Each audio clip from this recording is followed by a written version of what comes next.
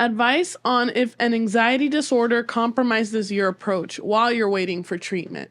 Well, I mean, typically anxiety, fear, it's typically our experience of doing what we're afraid of doing is always not as bad as our thoughts about it. And when you're younger and you don't have a lot of confidence, whether it's approaching or asking for a job from somebody or an interview or trying to raise money for your company, but the more you talk to and interact with people and interact with strangers, in this case, the more you interact with women and ask them out and go out on dates and get to know them and seduce them and have relationships with them, the fear slowly over time, because of competence that comes from confidence and successful repetitions, because when you have successful repetitions, whereas before you just had fear and not much experience, now you have a lot of experience and a lot of success. Over time, the anxiety will dissolve away. And one of the other things that can really help facilitate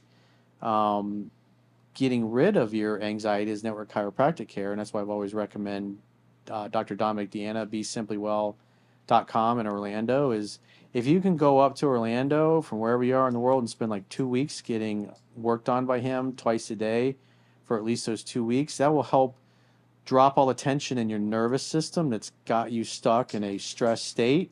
And so it literally, your spine is your reality filter. And so if you're all hunched over and you're in a fear type of position, your brain is literally stuck in flight or fight mode, which is the lower base of the brain. And then what network here does, it loosens all the tension in your nervous system.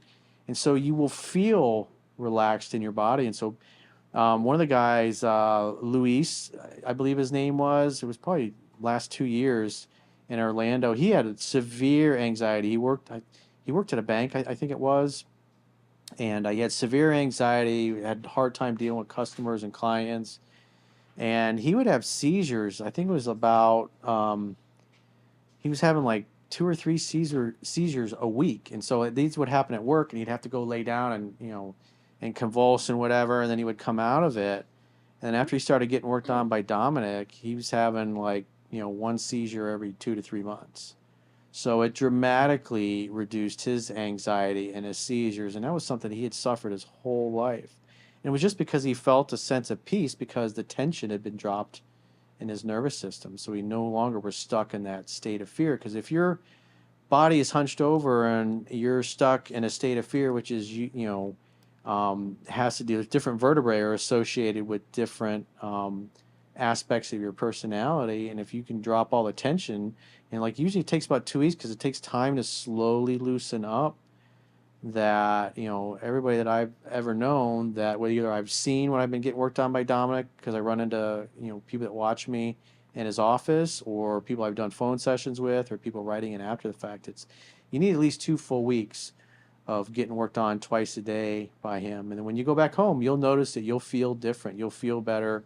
You'll feel less anxiety. It's just, I mean, it's the weirdest thing. You just have to experience it. So if you suffer from severe anxiety, that can really help you. Right, Yeah, Sonny? and especially since like with anxiety disorders, like I've talked about in other videos, when it comes to waiting for treatment or just getting treatment in general, there's a lot of trial and error that someone has to go through, especially when they have like a disorder such as, I'm assuming this guy, he says anxiety disorder, but if I have to take a educated guess, he probably has generalized anxiety disorder. But especially like when it comes to treatment, there's a lot of trial and error. So I can see where he's coming from, because this is definitely, anxiety is no joke. Yeah, And I can attest to that as well. Yeah. Because when I first started my trial and error with medications and stuff like that, the first few medications that I started on did not work for me. And they had adverse reactions, and they made my panic attacks worse. And I have severe panic attacks where I actually faint. And for me, that was, I think, the most like detrimental thing when I was trying to get treatment, that I'm putting things into my body. They are not working. Well, they were not working at the time. And I was going through therapy. I was seeing psychiatrists, and I thought I was lost. I thought I was literally It was just, there was no hope for me at that point. And it started making me like a little bit depressed.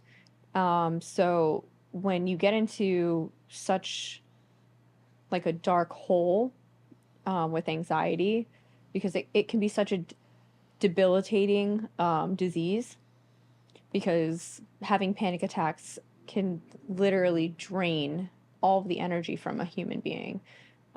Having, whether it be 1 panic attack a day, 3 panic attacks a day, 5 panic attacks a day, you have no energy to do anything at all, not even to take yourself into the shower, to bathe yourself, to feed yourself, to dress yourself, to leave your bed. It affects you mentally, like, It real affects bad. you It mentally, triggers you. physically, emotionally, spiritually, everything. It affects anything. I mean, it affected my relationship at the time. I couldn't be a girlfriend to my boyfriend. I chose to end my relationship because I knew that I couldn't be what my partner needed me to be. And I knew that, like, I didn't want anything.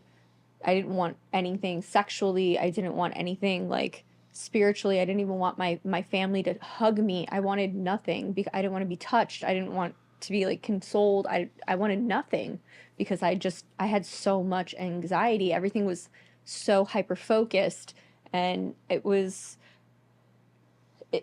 so traumatic in the beginning that I really thought I was a lost cause. But then when I found the right treatment and I found everything that started to work for me, and exercise is a huge thing.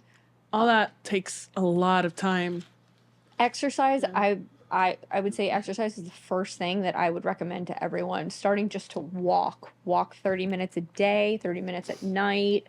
Start getting fresh air. Get your body moving. That's the biggest thing that you can do for yourself before you even start on medication. And everything else will fall into place after that. Yeah. Animal therapy. I did equine therapy for years, and that's with horses.